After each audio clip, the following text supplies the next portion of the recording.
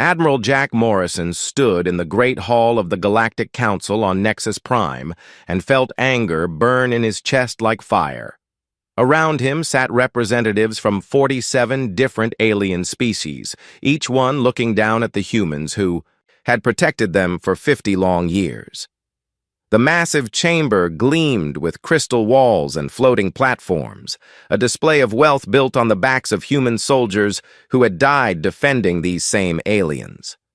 Counselor Zeftar of the Hegemony rose from his golden platform, his four arms spread wide as he addressed the assembly. His voice carried across the hall with mechanical translation, making his words clear to all species present.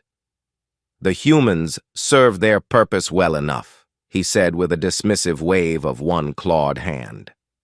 "They are useful pets who fight our battles and die for our causes, but they should not expect to sit at the table with their betters." Morrison felt his aide, Kate Sullivan, tense beside him. Her hand moved to the communication device at her belt, where urgent messages had been coming in all morning. Reports of riots on 3 different worlds, human colonies being attacked, children being spat upon in the streets, all because these alien overlords had spent decades treating humanity like trained animals. The Admiral looked around the chamber at faces that showed every emotion except respect. The bird-like avians preened their feathers in boredom. The crystal-bodied Zeltharians hummed with harmonic disapproval. The massive slug-like hegemony members oozed contempt from every pore. These were the beings that humanity had saved countless times, whose trade routes human ships protected, whose wars human marines had fought and won. Morrison remembered the Battle of Kepler 7, where Captain Lisa Rodriguez had led her fleet against impossible odds to save a hegemony colony ship. He remembered Dr. Helen Brooks working for days, without sleep, to cure a plague that threatened to wipe out the avian homeworld. He remembered engineer Paul Carter rebuilding the quantum reactors on Zeltharian Prime after their own engineers had failed, all of it dismissed as the work of useful pets. Kate Sullivan leaned close to Morrison and whispered the latest reports. 3 more worlds had declared human personnel unwelcome. The Council had voted to restrict human colony expansion again. Trade agreements that favored human merchants had been canceled without discussion. The message was clear. Humans existed, to serve and protect but never to profit or prosper. Morrison stood slowly, his weathered face showing decades of diplomatic frustration and military service. The chamber fell quiet as the tall human in his blue uniform moved to the speaking platform. He had served the Council faithfully, had lost friends in their wars, had watched human blood spill on a dozen different worlds to keep these aliens safe and comfortable. "Counselor Zeftar," Morrison said, his voice carrying clearly without amplification. "You call us useful pets. You treat us like servants who should be grateful for the chance to die for your comfort. You deny us colonies, restrict our trade, and spit on our sacrifices." He paused and looked around the chamber, meeting the alien gazes with human steel. "Well, this pet is going home." The chamber erupted in confused chittering and mechanical translations, struggling to keep up with multiple alien languages being spoken at once. Counselor Ythara of the Crystalline Collective chimed urgently. "Admiral Morrison, surely you do not mean to threaten withdrawal over harsh words. The Council needs human military support. The outer systems depend on your protection." Morrison smiled coldly. "The outer systems can find new protectors. The Council can build its own fleets. Humanity hereby withdraws from all Council obligations effective immediately." He turned to Kate Sullivan, who was already transmitting coded signals to human ships across the galaxy. "We recall our fleets, our personnel, our engineers, our doctors, our teachers, and our protection." The Admiral walked toward the exit as alien voices rose in panic behind him. 50 years of faithful service ended in this moment. 50 years of being treated as second-class citizens while providing first-class protection. 50 years of watching human soldiers die for alien causes while being denied basic respect and rights. "You wanted pets," Morrison called back without turning around. "Find yourselves new ones. Terra protects its own from now on." Kate Sullivan followed him through the crystal corridors as emergency sessions were called behind them. Her communication device buzzed constantly with confirmations from human ships across the galaxy. Operation Silent Departure had begun. Every human vessel from massive dreadnoughts to small cargo haulers was receiving the same encrypted message: "Come home." The great experiment in galactic cooperation was over. Humanity had tried to be partners and been treated as servants. They had offered friendship and received contempt. Now they would offer something the Council had never experienced from humans before: silence. As Morrison's shuttle lifted off from Nexus Prime, he watched the alien space station shrink below them. It looked smaller somehow, less impressive without the human ships that usually surrounded it. Soon it would look smaller still when the aliens realized what they had lost. Soon they would learn the difference between useful pets and irreplaceable guardians. Soon they would beg for the silence to end. Captain Lisa Rodriguez stood on the bridge of the heavy cruiser UES Defiance and watched 30,000 human personnel prepare for the largest evacuation in galactic history. Her ship led a convoy of 200 vessels through the Kepler Junction, the main gateway between Council space and the outer territories where humans had built bases and outposts for decades. The communication console buzzed with desperate calls from alien commanders who were just beginning to understand what was happening. General Thakmore's voice crackled through the speakers, his mechanical translator struggling with his panic. "Captain Rodriguez, you cannot abandon your defensive positions. The Crimson Tide pirates have been gathering ships in the outer reaches. Without human patrol fleets, they will attack our supply convoys within days." Rodriguez looked at her tactical display where red dots marked the locations of human ships across 3 star systems. Each dot represented years of service, countless battles fought for alien causes, and human lives spent protecting species that considered them inferior. "General, the Council made it very clear that humans are junior partners at best. I suggest you find other junior partners to die protecting your trade routes." Her communications officer, Lieutenant Sam Parker, looked up from his station with a grim smile. "Captain, we're receiving confirmation signals from all human installations in the sector. The extraction is proceeding on schedule." The young officer had lost his brother in a pirate raid 6 months ago while protecting a hegemony merchant fleet. The aliens had not even acknowledged the sacrifice. On the mining world below them, Engineer Paul Carter supervised the dismantling of the fusion reactors that powered the entire planetary industrial complex. His team worked with practiced efficiency, removing key components and loading them onto transport ships. The Zeltharian governor had offered everything from increased pay to permanent residency rights, but Carter's answer remained the same. "We built these reactors with human knowledge and human hands. Now we're taking them home where they'll be appreciated." The reactor cores represented decades of human innovation. Carter's team had improved the basic Zeltharian design by 300%, creating power sources that made the mining operation profitable enough to fund half the Council's military budget. Without those improvements, the planet would barely generate enough power to maintain basic life support. Rodriguez watched the evacuation ships rise from the planet's surface, their holds full of equipment and personnel that the aliens had taken for granted. Each ship that departed took with it irreplaceable knowledge and technology that the Council would struggle to replace. The most dramatic withdrawal was happening at the Council's primary research facility in the Vega system.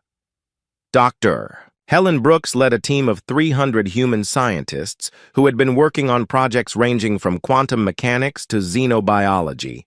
As they packed their research data and experimental equipment, alien colleagues finally realized that the humans weren't just leaving their jobs, but taking centuries of accumulated knowledge with them.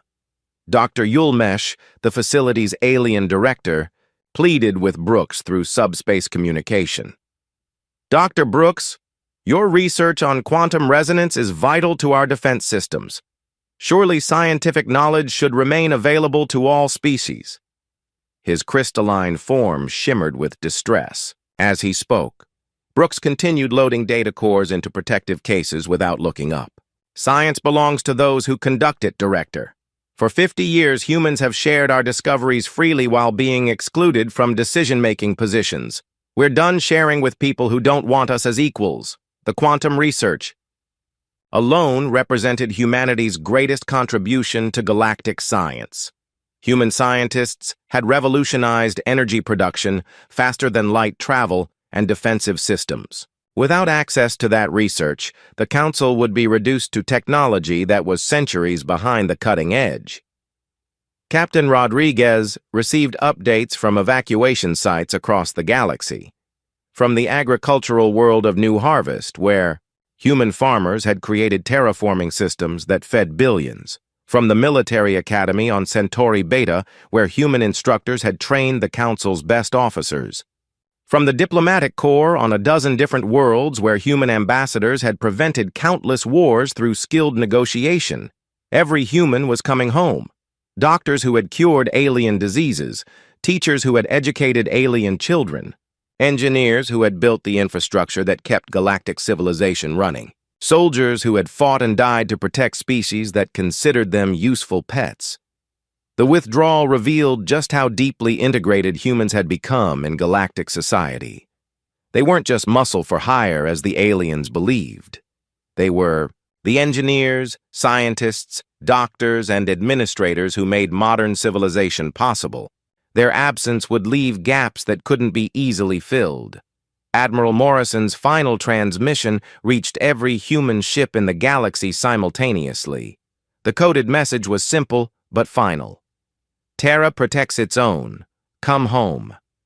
Within hours, human vessels across known space began their journey back to Earth and the colonies that remained under human control. Rodriguez looked at her navigation display where a course was already plotted for the Sol system. Behind them, the aliens were just beginning to understand what they had lost. Emergency council sessions were being called. Military commanders were realizing their forces were suddenly understaffed and undertrained. Scientists were discovering that their most advanced projects depended on human knowledge. The Great Exodus continued for months as human ships traveled the long routes back to Earth. Some carried refugees from mixed colonies where humans could no longer live safely. Others transported entire research facilities and industrial complexes that humans had built in council space. All of them carried the message that humanity was done being treated as servants by those they had served so faithfully. As the UES Defiance jumped to faster-than-light travel for the final leg of its journey home, Rodriguez recorded her final log entry from council space. "The aliens wanted us to know our place. They wanted us to accept being useful pets. Today they learned that we knew our place all along. We just decided it wasn't with them." The silence had begun. 6 months after the last human ship disappeared into hyperspace, Counselor Yathara noticed the first signs of decay in the great station of Nexus Prime.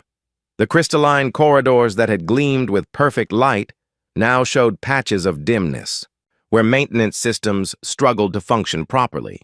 The atmospheric recyclers hummed with an irregular rhythm that hadn't been there when human engineers maintained them. Yathara approached her aide with growing concern. "The environmental systems are operating at only 70% efficiency," she chimed through harmonic frequencies. "The human maintenance teams optimized these systems far beyond their original specifications. We cannot replicate their modifications, and the original blueprints no longer match the actual equipment." The aide's crystalline form flickered with worry. "Should we contact the human government about technical support contracts?" he asked hesitantly. "The Council has forbidden any official contact with Terra," Yathara replied with a sound like breaking glass. "Pride prevents us from admitting we need them." Across the galaxy, similar problems were emerging as alien species discovered just how dependent they had become on human expertise.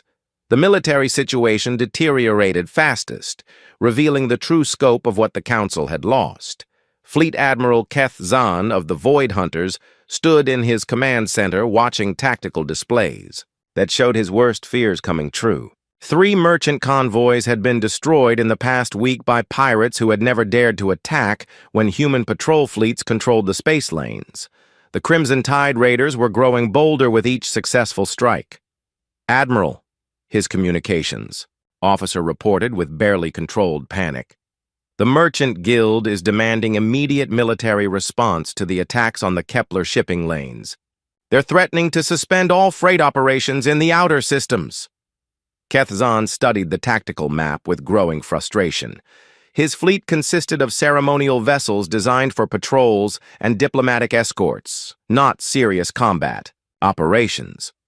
The Council had relied on human military doctrine, human tactics, and human firepower for so long that their own forces had become little more than a police force. "Deploy the 3rd Battle Group to Kepler," he ordered reluctantly, knowing his ships were inadequate for the mission. "And pray the pirates don't realize how outmatched we are."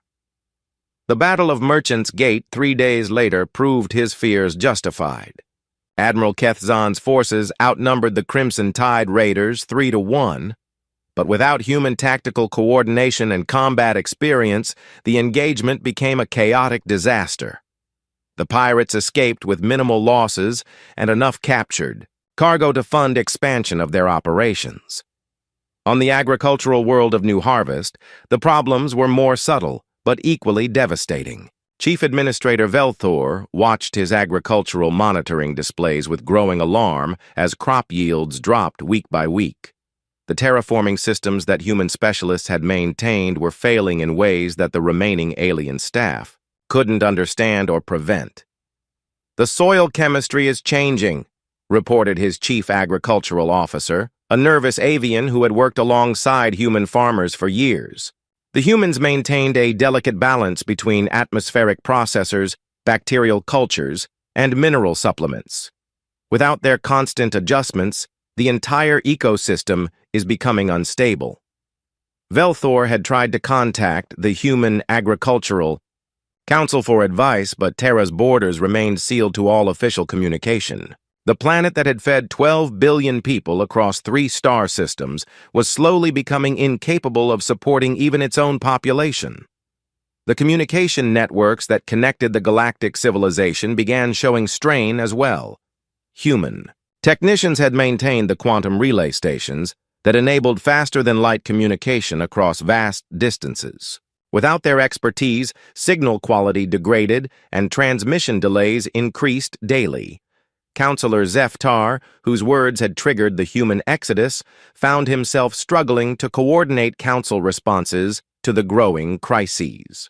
Emergency sessions were called, but took days to organize as communication failures prevented timely contact with member worlds. The efficient government that had once ruled 47 star systems was becoming a bureaucratic nightmare. "We must consider reaching out to the human government," suggested Counselor Yathara during one particularly difficult session. "Unofficial channels, perhaps through neutral traders." Zeftar's 4 arms gestured dismissively, though his confidence was clearly shaken. "The Council does not beg inferior species for assistance. We will solve these problems with our own resources and expertise." But those resources were proving inadequate to the challenges they faced. The quantum computers that processed Council administrative data had been built using human theoretical frameworks that alien scientists couldn't fully understand. As components failed, replacement parts didn't function correctly because the underlying mathematics was beyond current Council knowledge. Trade routes that had operated smoothly for decades now required massive security escorts that the Council couldn't provide. Independent merchants began avoiding Council space entirely, taking their business to neutral systems or the mysterious closed borders of human territory where trade ships were rumored to receive excellent protection.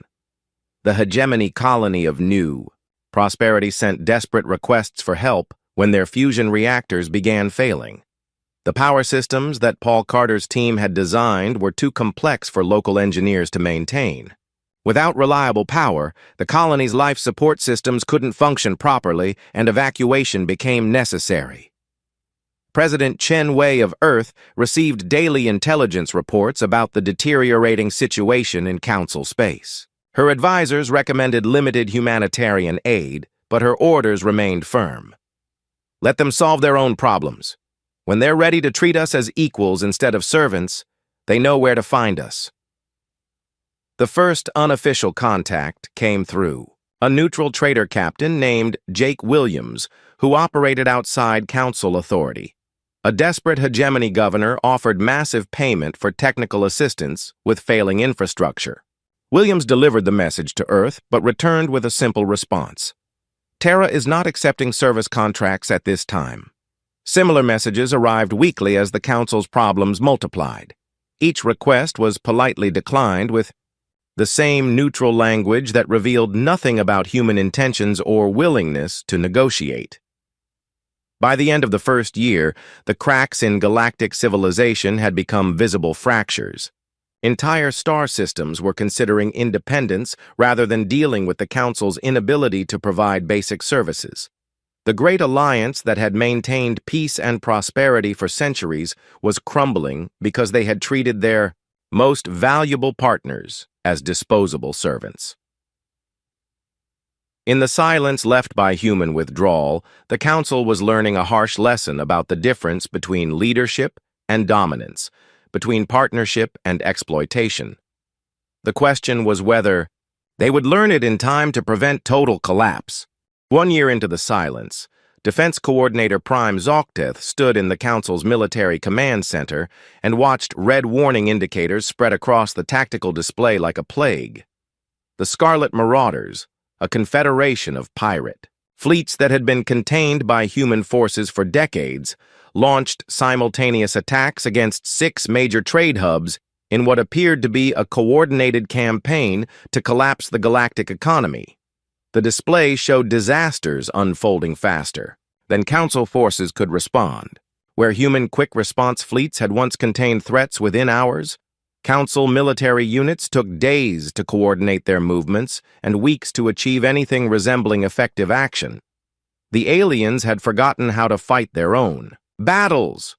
Coordinator, his aide reported with trembling voice. Admiral Renthok requests immediate reinforcement at Meridian Gate. His fleet is outnumbered, but he believes he can contain the pirates if we can get additional ships to his position. Within 12 hours, Zocteth studied the deployment map with growing despair. The nearest available Council fleet was 18 hours away at maximum speed. The communication delays caused by failing relay systems meant orders took hours to transmit and confirm. The efficient military machine that humans had built and maintained was revealing itself to be completely dependent on human expertise. "Send what we have," he ordered, knowing it wouldn't be enough. "And pray the pirates don't realize how helpless we've become."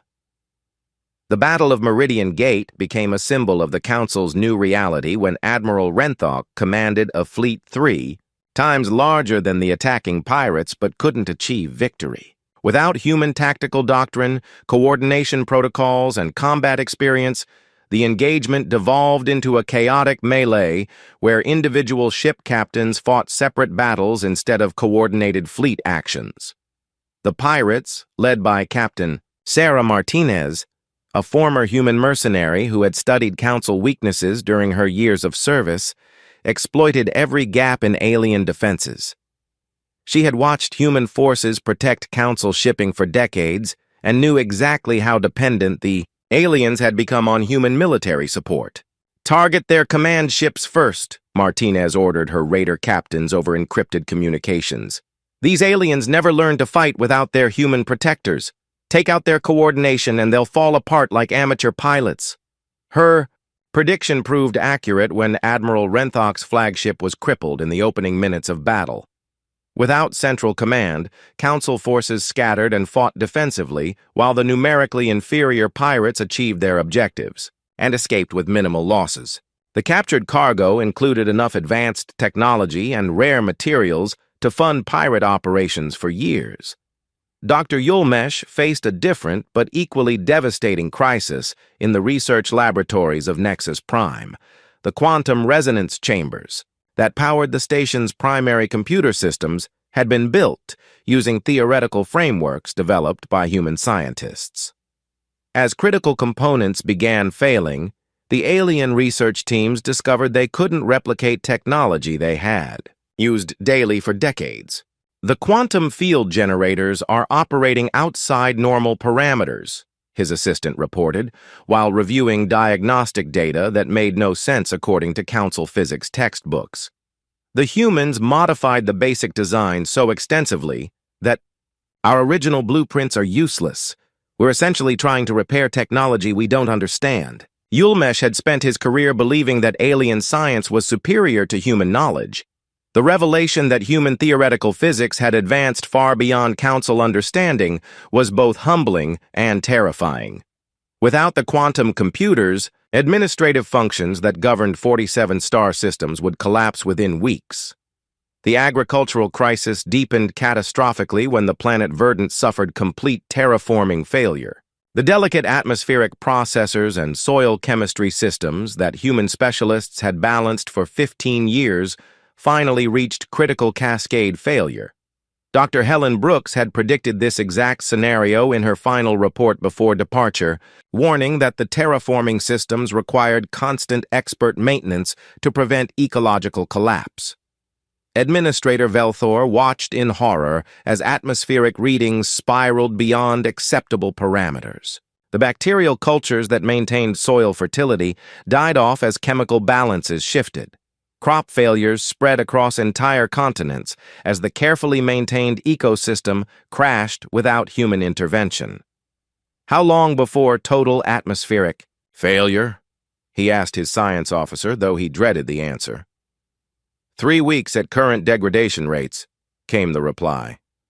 After that, the planet becomes uninhabitable for most oxygen-breathing species. 2 billion refugees fled Verdant in the largest humanitarian disaster in galactic history.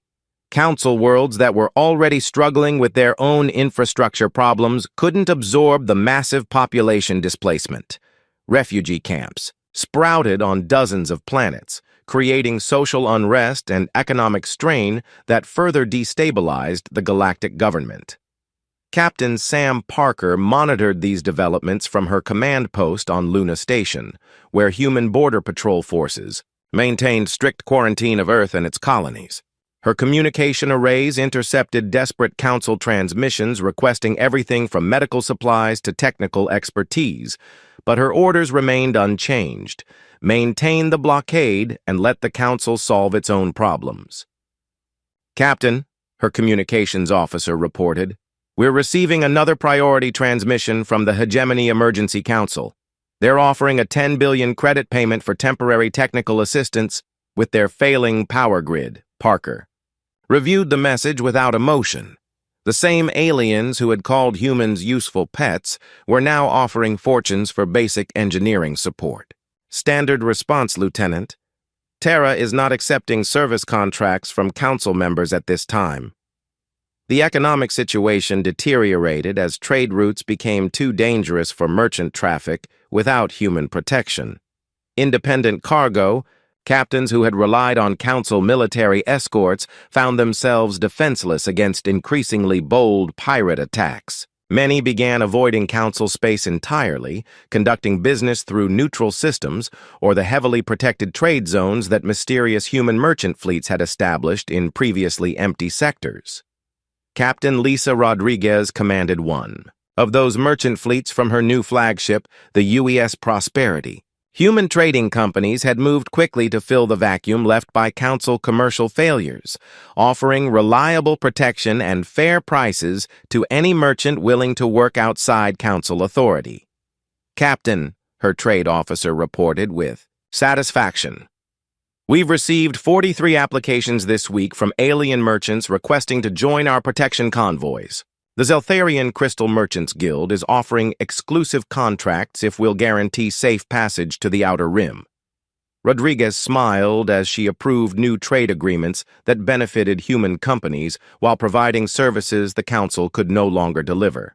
The galaxy was learning that human protection was worth any price when the alternative was economic collapse and pirate raids. The cascading failures revealed the true scope of human integration into galactic civilization. They hadn't been junior partners or useful pets, as the Council claimed. They had been the engineers, scientists, military specialists, and administrators who made modern galactic society possible. Their absence left gaps that couldn't be filled by alien expertise alone. Emergency sessions of the Council devolved into desperate finger-pointing as member species blamed each other for the crisis, while carefully avoiding mention of the humans, whose departure had caused it. Pride prevented them from admitting their mistake, but reality was forcing them toward a conclusion they didn't want to accept. The galaxy was discovering that silence from humans was more devastating than any weapon they had ever faced. 2 years of silence had transformed the galaxy into something the Council no longer recognized or controlled. Emergency Chancellor Velnara stood before a nearly empty council chamber, where only 19 of the original 47 member species maintained active representation. The others had either collapsed into chaos, declared independence, or been conquered by the expanding pirate confederations that now controlled vast regions of space. The Great Alliance that had ruled the galaxy for centuries was crumbling faster than anyone had imagined possible. Velnara's own species, the proud crystalline collective, had lost 12 colonies to separatist movements in the past 6 months. Without human peacekeeping forces to maintain order, rebellions erupted wherever local populations decided they could govern themselves better than the incompetent council. "We must face reality," Velnara announced to the sparse assembly, her harmonic voice carrying defeat and desperation. The humans were never our servants or junior partners. They were the foundation upon which our entire civilization was built. Without them, we are witnessing the collapse of everything we claimed to rule. Councillor Zeftar, whose arrogant words 2 years earlier had triggered the human exodus, now sat diminished and broken in his ceremonial chair. The hegemony that he represented had lost half its territory to civil wars and pirate raids. His own homeworld was under siege by rebels who refused to accept council authority over their lives. "Perhaps," Zeftar said quietly, his forearms trembling with age and stress. "We should have listened when they asked for respect instead of demanding their service."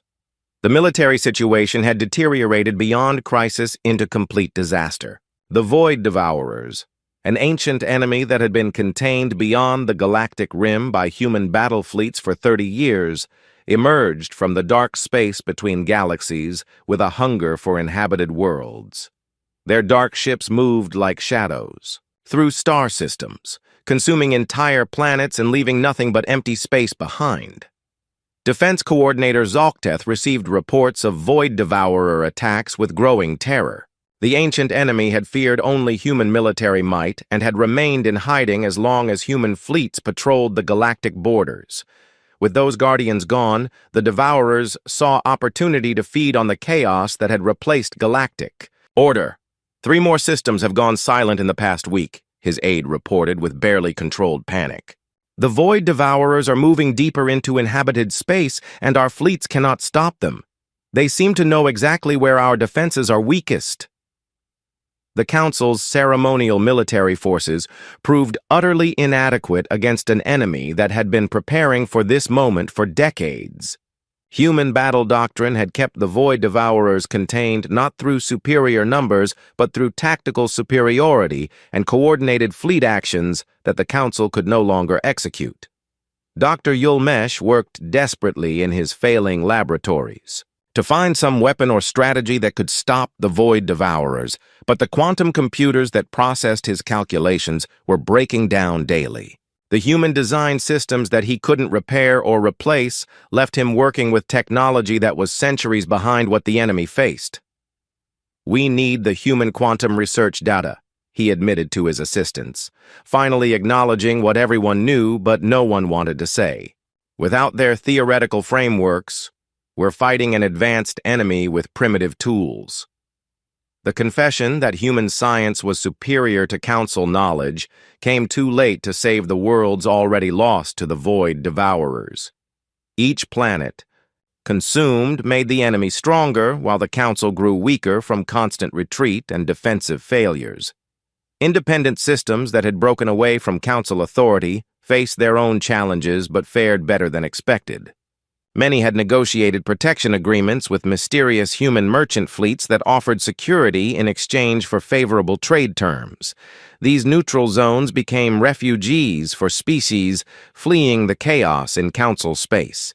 Captain Jake Williams, the neutral trader who had carried messages between the council and human space, found his services in enormous demand as alien governments desperately sought any contact with Earth. His ship carried increasingly frantic diplomatic pouches, offering everything from territorial concessions to technological exchanges in return for human assistance. "Captain," his communications officer reported during a supply stop at the independent station of Haven Point, "we have 47 requests for passage to human space and 12 different alien governments offering us permanent diplomatic status if we'll carry official surrender documents to Earth." Williams read through the messages with dark amusement. The same species that had treated humans as useful pets were now competing to offer the most generous terms for human forgiveness. None of them seemed to understand that forgiveness would require more than money or territory. The breaking point came when Chancellor Velnara received intelligence that the Void Devourers were massing their full fleet for an assault on Nexus Prime itself. The heart of galactic civilization would fall within days unless the Council could mount a defense that their weakened forces couldn't provide. "We have no choice," Velnara announced during the emergency session that would decide the Council's fate. "I am authorizing a formal diplomatic mission to Earth.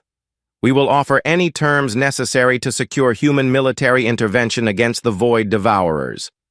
The decision to officially beg for human help represented complete abandonment of the pride that had caused the crisis. Former enemies of humanity now volunteered to serve on the diplomatic mission, knowing they would have to kneel before the species they had once dismissed as inferior. Ambassador Nina Foster received the Council delegation at the newly constructed diplomatic station in Sol System's asteroid belt. The massive facility demonstrated human industrial capacity that had expanded dramatically during their 2 years of isolation. The aliens who had once controlled galactic commerce now entered human space as supplicants seeking salvation. The delegation included Chancellor Velnara herself, along with representatives from every surviving Council species. They had come to surrender to the humans they had spent decades underestimating and abusing. "Ambassador Foster," Velnara began with harmonic tones that conveyed absolute submission, "the Galactic Council formally requests immediate military assistance against the Void Devourer invasion. We are prepared to offer any terms you consider appropriate for human intervention." Foster studied the alien delegation with professional courtesy that couldn't hide her satisfaction at seeing former oppressors reduced to beggars. "You may present your proposal, Chancellor.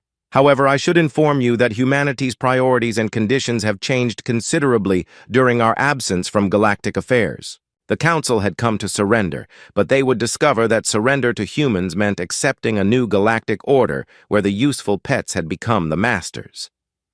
The silence was about to end, but not on terms the Council would have ever imagined possible.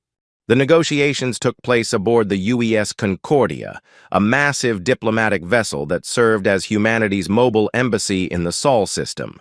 The ship itself sent a clear message about human priorities: sleek, powerful, and built with technology that seemed decades ahead of anything the Council possessed. Chancellor Velnara and her delegation sat across from President Chen Wei and Admiral Morrison in a conference room that radiated quiet authority. The terms that President Chen presented shocked the assembled aliens into stunned silence. Human. Space would remain completely autonomous, with closed borders that opened only at human discretion. All future military operations in Council space would require human command authority and strategic oversight. Council members would provide financial compensation to Earth for 2 years of lost trade and military protection services. Most significantly, humanity would hold permanent veto power over all Council decisions affecting galactic policy. These terms essentially establish human hegemony over galactic civilization, protested Councillor Yithiara, her crystalline form flickering with distress.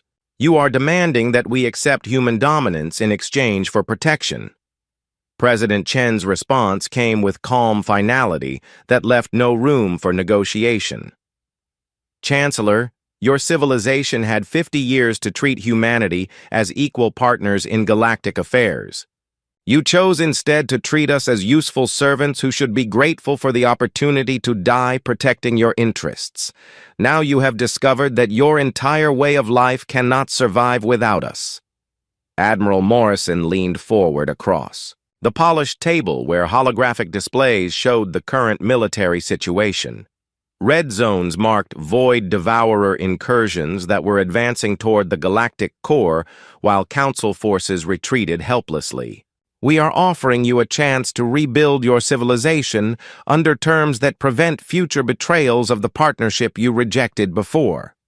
The Void Devourer crisis forced the Council's hand when emergency reports arrived, showing the ancient enemy had broken through the last defensive lines protecting the inner systems. Without immediate human intervention, Nexus Prime itself would fall within days, and galactic civilization would collapse entirely.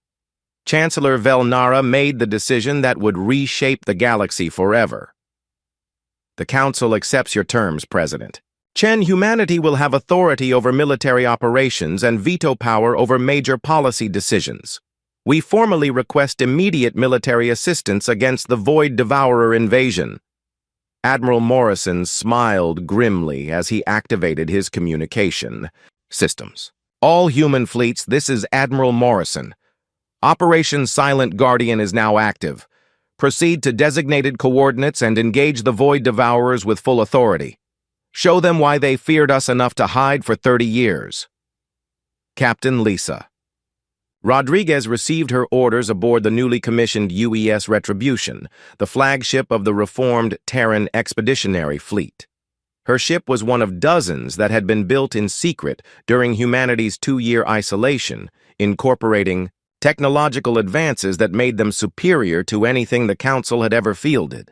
All ships, form battle formation, Rodriguez commanded as her fleet emerged from hyperspace at the edge of Void Devourer territory. Let's remind these creatures why they stayed hidden while humans protected the galaxy. The Battle of Shadows. Edge demonstrated the vast gap between human military doctrine and Council capabilities.